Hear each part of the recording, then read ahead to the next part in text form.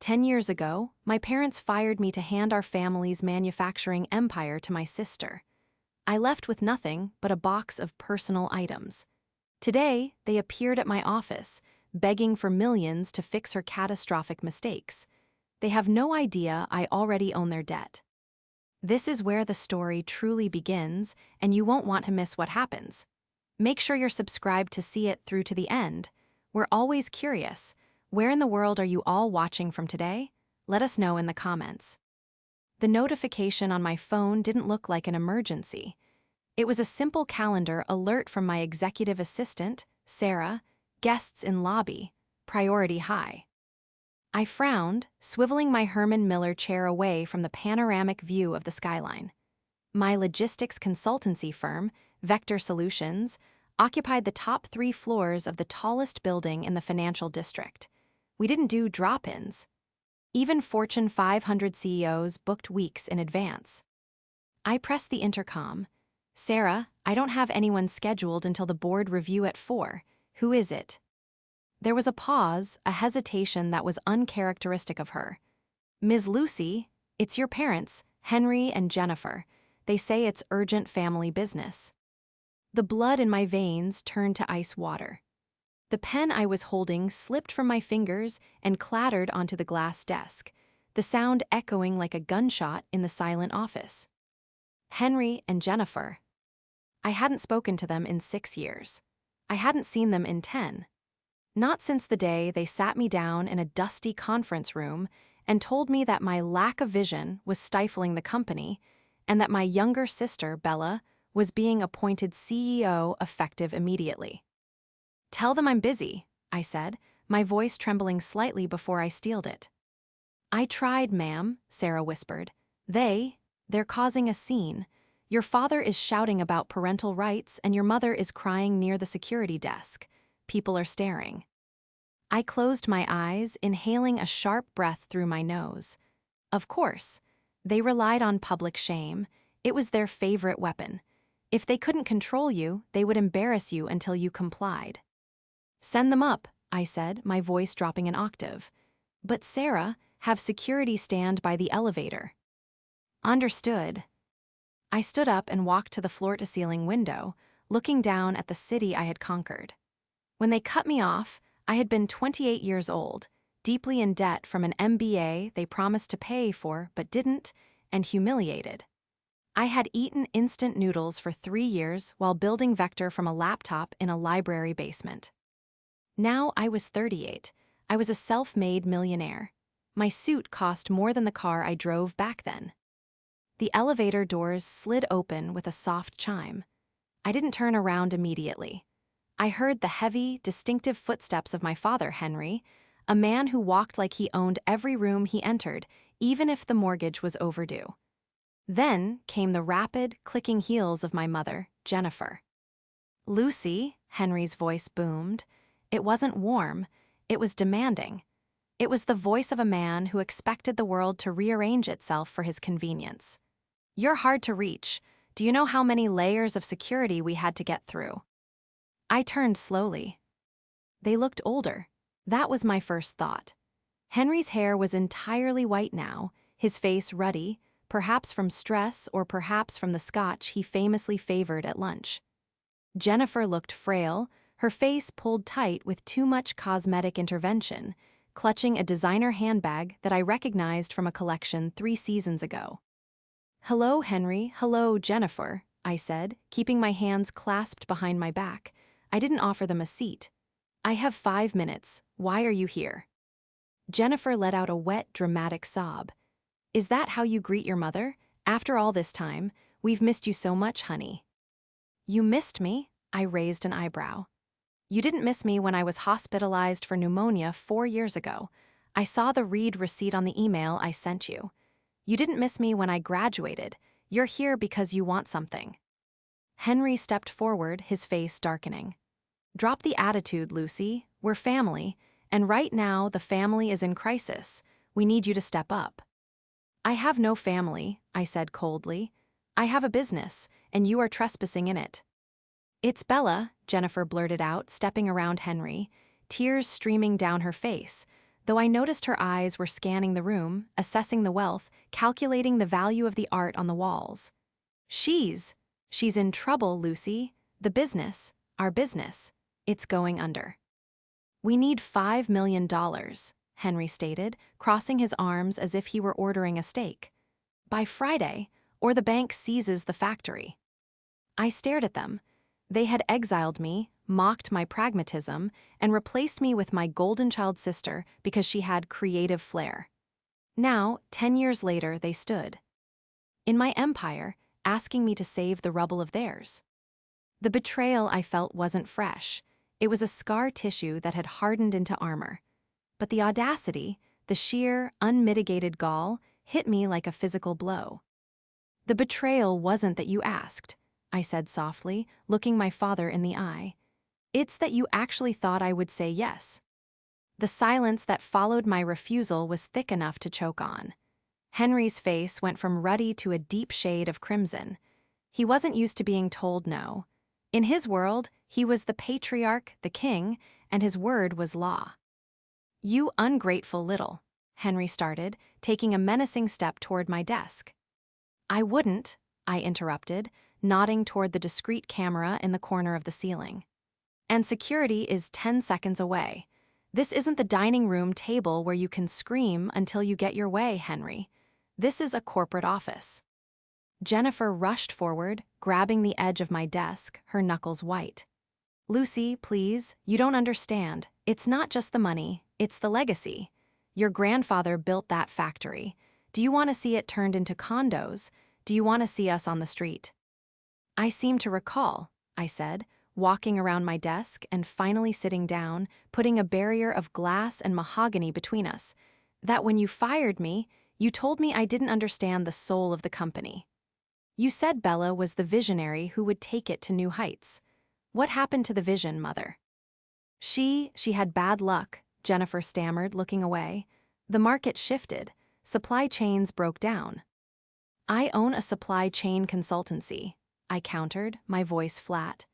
The market has been booming for domestic manufacturing for the last 3 years. If you're failing, it's not the market, it's incompetence. Henry slammed his hand on the desk, leaving a smudge on the glass. She did her best. She's an artist, not an accountant. That's why we need you. We need your money to stabilize the accounts so Bella can get back to the creative direction. She's designing a new product line that will save everything. We just need a bridge loan. I felt a bile rise in my throat. Even now, facing ruin, they were protecting her. They wanted my money to fund her playground. They didn't want me back to run the company. They wanted me to be the silent bank account so Bella could continue playing CEO. So, I clarified, you want me to write a check for $5 million, hand it over to the sister who took my job, and then disappear again. We would give you a seat on the board, Henry grunted, as if he were offering me the crown jewels. A non-voting seat, for optics. I almost laughed. It was tragic, really. They truly believed they still held the power here. They thought I was the desperate daughter seeking approval, ready to buy their love. And where is the CEO? I asked. Where is Bella? If she wants $5 million from me, why isn't she standing here asking for it? She's distraught, Jennifer said quickly. She's at the hotel. She couldn't bear the shame. She's so sensitive, Lucy, you know that. She feels things so deeply. She's hungover, isn't she? I guessed. Jennifer flinched. Henry glared. It doesn't matter where she is, Henry barked. Are you going to help your family or not? I leaned back in my chair, interlacing my fingers. I looked at them, really looked at them. I saw the fraying threads on Henry's cuffs. I saw the terror behind Jennifer's eyes. They were drowning, but they were still trying to stand on my head to keep themselves above water. I reached for a blue folder sitting on the corner of my desk. I had prepared it weeks ago, not knowing when this day would come, but knowing with absolute certainty that it would. I'll consider it, I lied.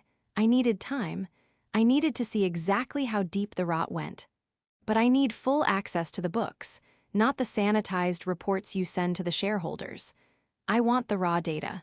accounts payable, accounts receivable, and Bella's corporate credit card statements for the last 5 years. Henry bristled. That's highly irregular. We have privacy. Then get out, I said simply, pointing to the door. Henry ground his teeth. He looked at Jennifer, who gave a desperate, almost imperceptible nod. Fine, Henry spat. We'll have the accountant send over the credentials. But we need the check by Friday, Lucy, or we lose the warehouse. I'll let you know, I said, dismissing them. They turned to leave. Henry paused at the door, looking back with a sneer. You've done well for yourself, Lucy. Cold as ice, just like I said. You have money, but you have no heart. That's why Bella is the special one. People actually like her. The door closed behind them. I sat in the silence, my heart pounding against my ribs like a trapped bird. His words still had the power to sting, but they no longer had the power to break me. I opened the blue folder I had touched earlier. It wasn't. Empty. It contained a purchase agreement I had executed 6 months ago through a shell company. They were worried about the bank seizing the warehouse on Friday. But they had forgotten one crucial thing. I was the bank. I had bought their debt distressed 3 months ago. They didn't just owe $5 million to a faceless institution. They owed it to me. And on Friday, I wasn't going to write them a check. I was going to foreclose. To understand why I bought that debt, you have to understand what I lost. It wasn't just a job. The company, Whitmore Heritage, was my life. I started on the factory floor when I was 16, sweeping up metal shavings. I spent my college summers in the accounting department. By 25, I was the director of operations. I knew the name of every machinist. I knew how to calibrate the CNC machines myself. I lived and breathed that factory. Bella spent her 20s finding herself in Paris, then Milan, then New York. She studied art history, then fashion design, then dropped out to become an influencer before that was even a viable career. She came home when she was 24, broke and bored. Henry and Jennifer thought the sun rose and set on her. She was charismatic, beautiful, and charming. She could walk into a room and make everyone feel like they were the most important person in the world, until she got what she wanted. When I was 28, I presented a 5-year plan to modernize the factory. It involved tight budgets and unglamorous upgrades. Bella presented a rebranding strategy that involved a new logo, a renovated office suite, and a pivot to luxury lifestyle goods. They chose the logo. They chose her. I remembered the meeting like it was yesterday. Henry looked at me across the boardroom table and said, "Lucy, you're a worker bee, you're excellent at tasks. But Bella is a queen. She has the aura of leadership. We need that sparkle." I was escorted out by security that afternoon. Now, sitting in my office 10 years later, I looked at the digital files my assistant had just decrypted from their server. Henry had provided the access codes faster than I expected. Desperation made people sloppy. I scanned the ledger. It was worse than I thought. "Sarah," I called out on the intercom, "cancel my afternoon and get my forensic accountant on a secure line. I'm looking at, my God." "What is it?" Sarah asked. "They're not just broke," I whispered, staring at a line item labeled Consulting Fees B. Whitmore Inc. "They've been looted." Just then, my personal cell phone buzzed. It was a number I didn't have saved, but I recognized the area code. I answered, "Hello." "Lulu," the voice was high-pitched, breathless, and gratingly familiar. "Oh my God, I am so sorry I missed you earlier. I was literally having a panic attack in the hotel room. Mommy told me you were super intense." "Bella." "Hello, Bella," I said, leaning back. "I heard you're in town." "Yes, look, I know Mom and Dad probably made this whole big dramatic thing about money, but honestly, it's just a cash flow hiccup," she said, her voice breezy. "I have these amazing investors lined up in Dubai, but the wire transfers are just, stuck. You know how international banking is." "I do know," I said, "and transfers don't get stuck for 6 months. The ledger says you haven't paid a vendor in 90 days. There was a pause.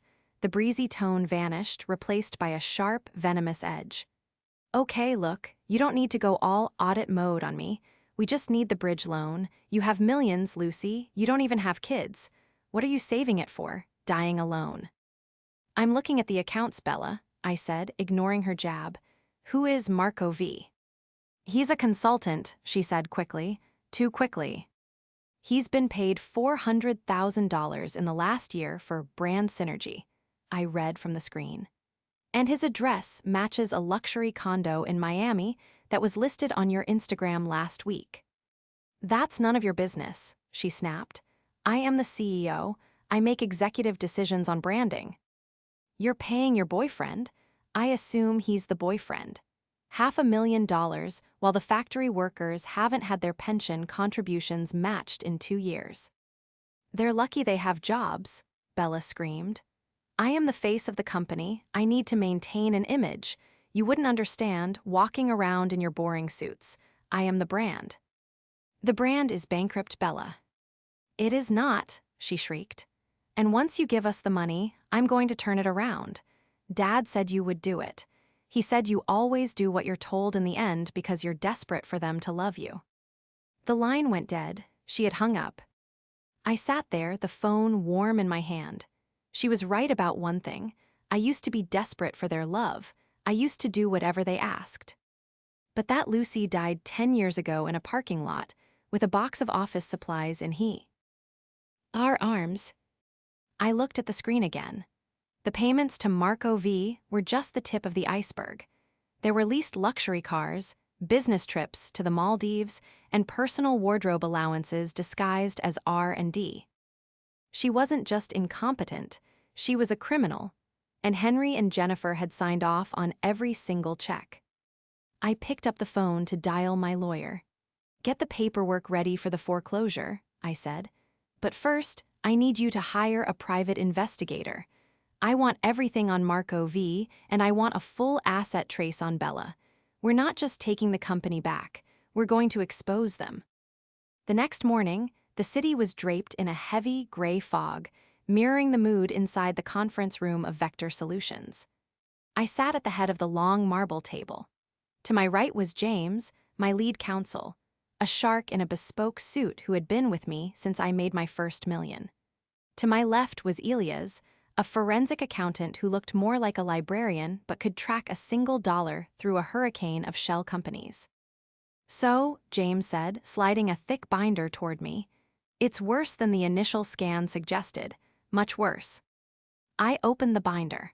The first page was a summary of Whitmore Heritage's liquidity. It was a sea of red ink. Walk me through it, I said, keeping my voice steady, though my stomach churned. Elias adjusted his glasses. The operating capital is gone, Lucy, drained, but it wasn't spent on raw materials or labor. It was siphoned out through a series of consulting contracts. We've already identified the primary beneficiary, Marco V. The boyfriend, I murmured. We did a background check on him, James added, tapping a photograph on the table. It showed a slick-looking man in his early 30s, wearing sunglasses and holding a champagne flute on a yacht. Real name, Mark Vance. He's not a brand strategist. He's a failed club promoter from Miami with 2 prior lawsuits for fraud. He meets wealthy, gullible women, convinces them to invest in his visionary projects, and then vanishes when the money runs out. I stared at the photo. Does Bella know? It's hard to say, James replied. She might be a victim or she might be a co-conspirator. But here is the kicker. Mark Vance isn't the only leak. There are payments for lifestyle maintenance. The company is leasing a penthouse in the city for client entertainment, but the concierge logs show only Bella and Mark have ever entered the building. The company is paying for a fleet of Range Rovers. They're expensing spa treatments as employee wellness, but only one employee is on the list, Bella. I closed my eyes, and my parents. Elias hesitated. They co-signed the checks, Lucy, every single one. Henry and Jennifer are either the most oblivious business owners on the planet, or they are willfully ignoring the theft because they can't bear to tell Bella no. They aren't oblivious, I said, opening my eyes. They're enablers. They would rather bankrupt the legacy my grandfather built than admit their golden child is a failure. There's one more thing, Elias said softly. I reached out to the payroll provider. The pension fund contributions haven't been made in 18 months. The money was deducted from the workers' paychecks, but it never made it to the trust. It went into the general operating account, which was then paid out to Marco V. That was the moment the sadness evaporated, replaced by a cold, hard fury. Embezzling from the company was one thing. Stealing the retirement savings of the machinists, men and women who had bounced me on their knees when I was a toddler, who had taught me how to read blueprints, was unforgivable. It was a felony. It was evil. That's it, I said, standing up. I'm not just foreclosing, I'm taking them down. We have to be careful, James warned. If you foreclose now, the news hits the wire. The workers find out their pensions are gone. The company implodes. You get the assets, but the reputation is destroyed. You need to separate the cancer, Bella and your parents, from the host before you operate. I know, I said. I need to see it for myself. I need to go to the factory. They'll recognize you, James noted. Not if I go to the loading dock, I said. I know a door they never fixed. That afternoon, I drove my old sedan, the one I kept for unassuming site visits, to the industrial park on the edge of the city.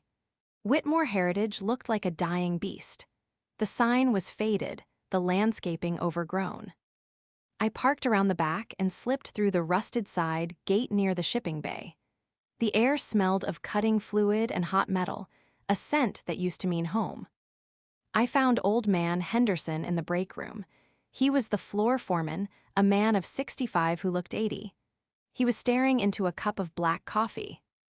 Henderson, I whispered. He jumped, spilling coffee on the linoleum. He squinted at me, then his eyes went wide. Little Lucy. It's me, I said, stepping inside and closing the door. My God, he breathed, wiping his hands on his greasy coveralls before shaking mine. We saw you in the magazines, Businesswoman of the Year. We were so proud. I told the boys. I taught her how to hold a caliper. How is it, Henderson? I asked, looking at his tired face. Really? He slumped back into his plastic chair. It's hell, Lucy. The machines are breaking down and there's no budget for parts. We're cannibalizing the old lathes just to keep the production line moving. And checks are bouncing, not every week but enough. People are scared. I know about the pensions, I said quietly. Henderson flinched. He looked down at his boots. We suspected. The statements stopped coming last year. But what can we do? Your father says it's just a glitch.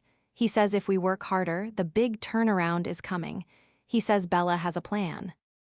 Bella has a plan to buy another handbag, I said bitterly.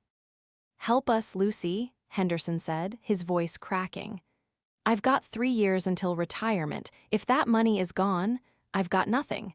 Mary needs surgery next month. I'm terrified. I reached out and squeezed his rough, calloused hand. Listen to me, Henderson. I am going to fix this, but I need you to trust me, and I need you to keep a secret. Anything. On Friday, there's going to be a meeting. I need you to be ready to shut down the line if I give the signal. Can you do that? For you, he nodded, a spark of the old fire returning to his eyes. I'd shut down the sun. Friday arrived with the tension of a gathering storm. My parents and Bella arrived at my office at 10:00 a.m. sharp. They walked in differently this time. Henry was chest out, confident, expecting the check. Jennifer looked relieved, already planning her next social engagement. Bella looked bored, tapping away on her phone, wearing a pair of sunglasses indoors. So, Henry boomed, dropping into a leather chair without asking. Did the accountants finish their little game? Do you have the check? I sat behind my desk, the blue folder and the thick black binder in front of me. I didn't smile. I didn't offer them coffee. The audit is complete, I said. Great, Bella yawned. Can we hurry this up? Marco and I have a flight to Aspen at 2. We're scouting locations for the company retreat.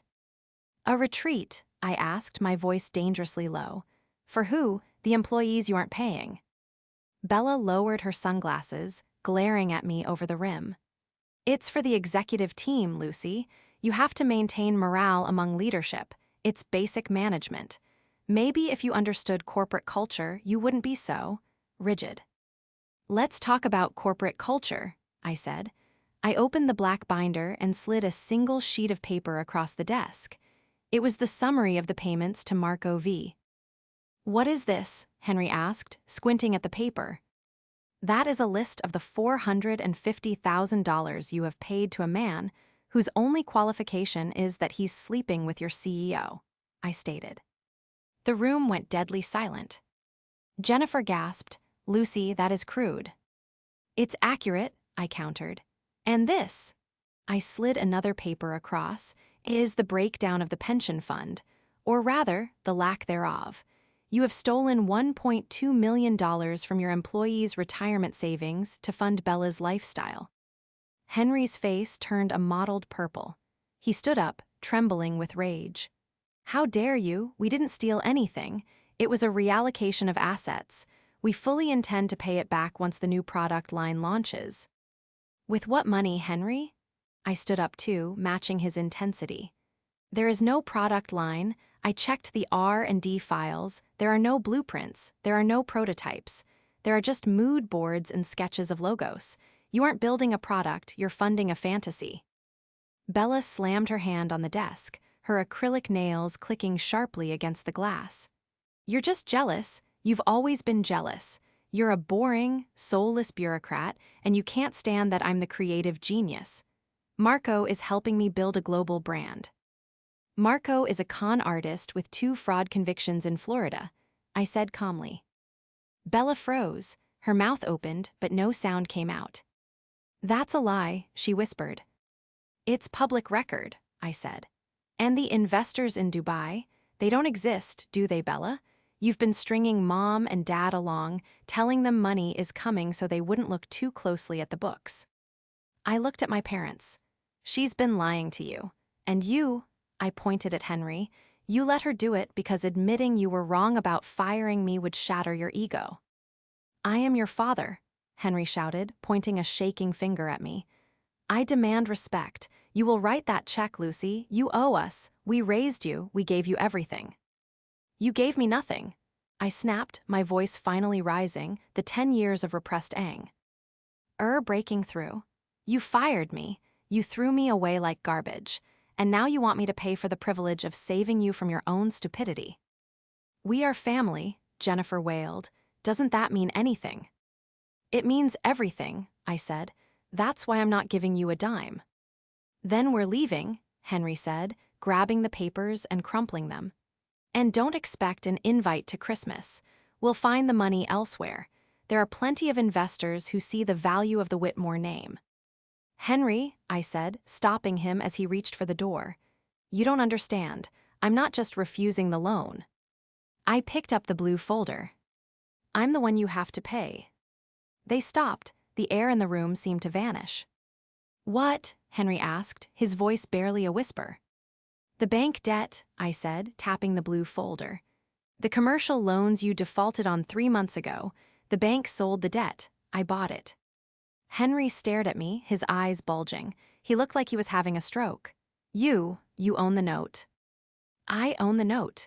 I own the mortgage on the factory. I own the liens on the equipment. And as of this morning, since you are in default, I technically own the building you are standing in. Bella laughed. It was a shrill, hysterical sound. She's lying, Daddy. She's bluffing. She just wants to scare us. Show them the signature page, James, I said into the intercom.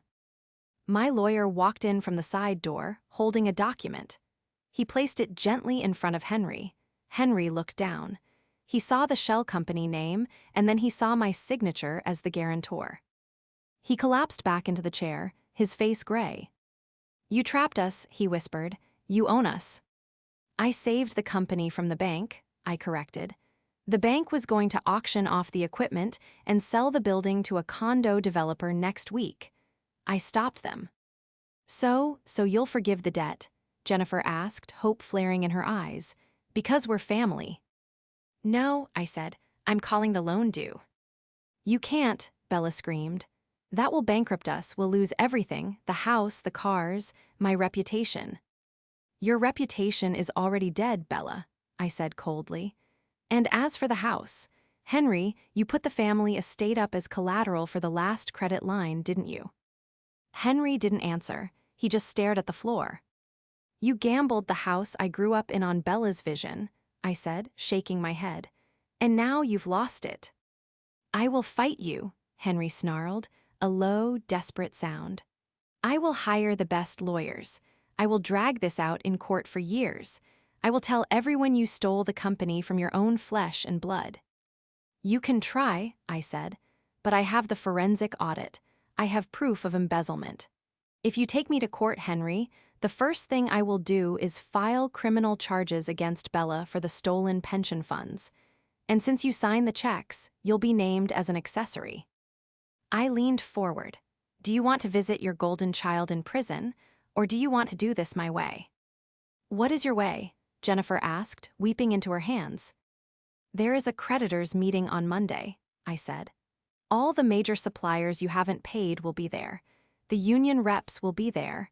I want you to announce that you are stepping down. I want you to announce that Bella is resigning effective immediately. And I want you to hand full operational control to Vector Solutions. I will never resign, Bella shouted. I am the CEO, you can't make me. Then I go to the district attorney with the pension files this afternoon, I said, reaching for the phone. No, Jennifer shrieked. Don't, Henry, make her stop. Henry looked at me. He looked at Bella, who was hyperventilating. He looked at the window, at the city below. He looked like a man whose entire world had just dissolved. Monday, Henry croaked. We'll do it on Monday. Good, I said. Get out. They left in a shuffle of defeat. Bella was sobbing loudly, claiming she was being bullied. Jennifer was trying to comfort her. Henry just looked old. But the moment the door closed, I didn't feel triumph. I felt a surge of adrenaline because I knew them. I knew Henry's pride and I knew Bella's delusion. They wouldn't just roll over. They were cornered animals. James, I said, turning to my lawyer, they aren't going to surrender on Monday. What makes you say that? James asked. Because Henry didn't look at me when he agreed, I said. He was calculating. I turned to my computer. I need security at the factory immediately, 24/7. What do you think they'll do? They need money to flee, I said, or to pay off Marco so he doesn't flip on them. They can't get it from the bank. They can't get it from me. I pulled up the inventory logs. They're going to try to sell the machines, I realized. They're going to try to gut the factory over the weekend and run. My phone buzzed. It was a text from Henderson. True. CKS just pulled up, unmarked. Bella is here with some guys I don't know. They're heading for the new CNC units. Let's go, I said to James, grabbing my coat. Call the police. Tell them we have a robbery in progress. The police lights cut through the heavy industrial smog, painting the wet asphalt of the loading bay in strobe flashes of blue and red. By the time I pulled my sedan up to the security gate, the scene was already chaotic. 3 unmarked box trucks were idling near Bay 4. 2 police cruisers blocked the exit, and in the center of it all, illuminated by the harsh glare of the loading dock floodlights, was my family. I stepped out of the car, the cold wind whipping my coat around my legs. James, my lawyer, was already there, speaking with a police sergeant. You can't do this, Bella's voice shrieked, echoing off the metal siding of the warehouse. She was wearing a trench coat over her pajamas, her hair wild and matted. These are my assets. I am the CEO. I authorized this transfer. The transfer of heavy machinery at 11:00 p.m. on a Saturday in rental trucks paid for with cash, I asked, walking into the light. Bella spun around, her eyes were manic. You called them, you rat. Henry stood behind her, looking smaller than I had ever seen him. He was leaning against a crate of raw steel, clutching his chest. He looked at me, then at the police, then at the trucks. We were just moving them to a secure facility, Henry stammered, the lie sounding weak even to his own ears. To protect them from the hostile takeover. You were stealing them, I said, my voice cutting through the noise. You were going to fence the CNC machines for pennies on the dollar to fund your escape.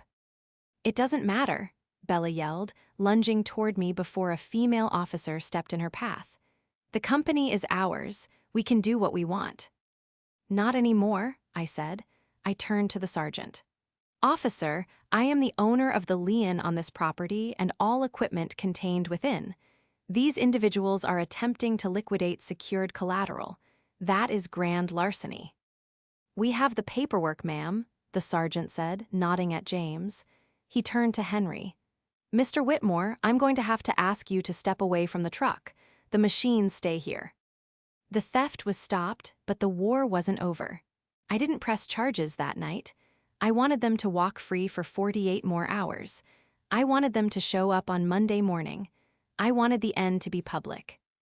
Monday morning, the conference room at Whitmore Heritage was more crowded than it had been in 20 years. It wasn't just the creditors, it was everyone. The union representatives were there, arms crossed, faces grim. The major material suppliers were there, holding unpaid invoices. Old Man Henderson was there, standing in the back with a group of machinists who looked like they hadn't slept in weeks. At the head of the table sat Henry and Bella. They had tried to regain their composure. Henry was in his best suit, though it hung loosely on his frame. Bella had applied layers of makeup to hide the stress, but her hands were shaking violently as she held a glass of water. I walked in at 10:00 a.m. sharp, flanked by James and Elias. I didn't take a seat at the table. I stood at the front of the room, near the projector screen. Good morning, Henry cleared his throat, tapping the microphone. Thank you all for coming. There have been rumors, malicious rumors, but I want to assure you that Whitmore Heritage is strong. We are simply undergoing a strategic restructuring. A murmur of disbelief went through the room. One of the steel suppliers stood up. Restructuring? Henry, you haven't paid us in 6 months. Your check bounced twice. Cash flow issues are temporary, Bella piped up, flashing a strained, fake smile. We have a new product line launching in Q3 that will revolutionize the market. We just need a little patience. There is no product line, I said. The room went silent. All eyes turned to me. Lucy, Henry warned, his voice low, don't do this. There is no product line, I repeated, louder this time. I nodded to Elias, who connected his laptop to the projector. And there is no cash flow issue. The company made $3 million in gross revenue last quarter. The screen flickered to life. A spreadsheet appeared. It was simple, color-coded, and damning. This, I said, pointing to the red columns, is where the money went. It didn't go to steel. It didn't go to the electric bill. And it certainly didn't go to the pension fund. The union rep stood up, his chair scraping loudly against the floor. What did you say about the pension fund?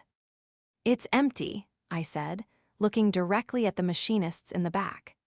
Every cent deducted from your paychecks for the last 18 months was transferred to a shell company in the Cayman Islands controlled by Bella Whitmore and Mark Vance.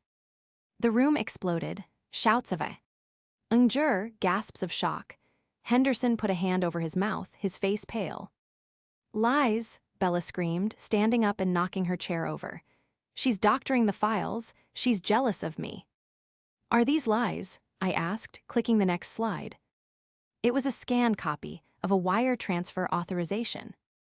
This is a transfer for $200,000 sent last Friday, I explained. It was authorized by Bella, but look at the destination account. I zoomed in. It's not a business account, I said. It's a personal account, but here is the catch. It's not Bella's account. I looked at Henry.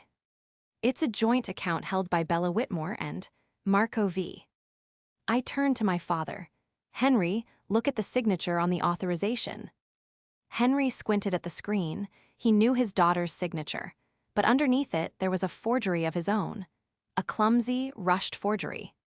She didn't just steal from the workers, Henry, I said softly, but the microphone picked up every word. She was stealing from you too. She was draining the last of the family liquidity to run away with her boyfriend. She wasn't trying to save the company on Saturday night. She was trying to strip it for parts and leave you holding the bag for the federal indictment. Henry slowly turned his head to look at Bella. The denial that had shielded him for 10 years finally cracked. He saw her not as the golden child, but as the parasite she was. "You," Henry whispered, his voice trembling with a mix of heartbreak and fury.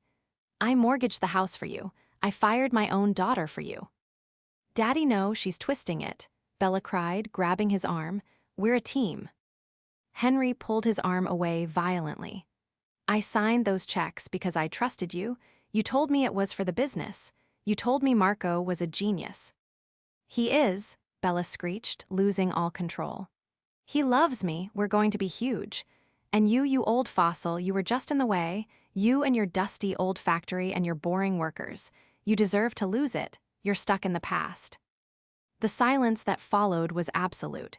Bella stood there, panting, realizing too late that she had just confessed in front of 50 witnesses.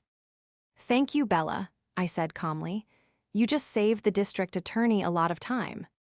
I nodded to the back of the room. The doors opened. 2 detectives walked in. "Bella Whitmore," the lead detective said, walking up to the head of the table. "You are under arrest for embezzlement, wire fraud, and grand larceny." Bella froze. She looked at Henry, begging for him to intervene, to yell, to fix it like he always did. Henry stared straight ahead, tears tracking through the deep lines on his face. He didn't say a word. As the officers handcuffed Bella and led her out, her screams of "Daddy, help me!" Fading down the hallway, I looked at the room of angry, frightened people. "My name is Lucy Whitmore," I said, my voice steady. "I am the new owner of this facility. Nobody else is losing their job today, and nobody is losing their pension. I am personally capitalizing the fund effective immediately." The relief in the room was palpable, a physical wave of air leaving the lungs of 50 people. I looked down at Henry. He was still sitting there, alone at the head of the table. "You should go, Henry," I said. "Technically, you're trespassing." The fallout was swift and brutal, exactly as it needed to be. The legal proceedings dominated the local news for months. With the forensic audit and Bella's public outburst, the case was open and shut. Marco V. was picked up in Miami trying to board a flight to Brazil. He flipped on Bella in exchange for a plea deal almost immediately. Bella was sentenced to 8 years in federal prison for fraud and embezzlement. Henry and Jennifer escaped prison time, barely. Their defense attorney argued that they were elderly, incompetent, and manipulated by a sociopathic daughter, a defense that humiliated Henry more than a jail cell ever could. They lost everything else, though. The estate, the cars, the country club memberships, all seized to pay back the creditors and settle the fines. They moved into a small 2-bedroom apartment on the other side of town. I didn't visit them. I paid for their moving truck anonymously, and then I closed that chapter of my life. 6 months after the meeting, I walked onto the factory floor of Whitmore Vector Manufacturing. The air was different now. The smell of stale fear was gone, replaced by the rhythmic, purposeful hum of new machinery. The floor was clean, the lighting was bright, and the workers moved with the efficiency of a team that knew they were valued. "Ms. Lucy." I turned to see Henderson walking toward me. He wasn't wearing his greasy coveralls, he was in a clean supervisor's vest, holding a clipboard. He looked 10 years younger. "Production is up 40%, he said, beaming. "The new logistics software you installed, it's like magic, we're shipping Ardare's a week ahead of schedule." "That's good to hear, Henderson," I smiled. "How is Mary?" "She had the surgery," he said, his eyes misting over slightly. "She's doing great, walking around the garden again. Lucy, I don't know how to thank you, you saved us." "You saved yourselves," I said, looking out over the factory floor. "You guys kept this place running when it should have collapsed. I just paid the bill." "No," he said, shaking his head. "You came back, you didn't have to. You could have stayed in your high-rise and let this place rot, but you came back." He was right. I could have let it burn. It would have been easier. It would have been the ultimate revenge to watch the legacy that rejected me turn to ash. But as I watched the sparks fly from a welder's torch in the distance, I realized that my grandfather's legacy wasn't the building, and it certainly wasn't Henry or Bella. It was the work. It was the people like Henderson. I walked up to the glass office that overlooked the floor, the office that used to be Henry's, then Bella's. It had been stripped of the pretentious art and the liquor cabinet. Now it was functional. A desk, a computer, and a wall of schematics. I sat in the chair. It didn't squeak anymore. My phone buzzed. It was a text from Sarah, my assistant at Vector. Meeting with the European distributors in 10 minutes. Are you ready? I typed back, ready. I wasn't the daughter seeking approval anymore. I wasn't the victim of a golden child. I was Lucy Whitmore, and I had built something that no one could take away from me. I had turned the wreckage of my past into the foundation of my future.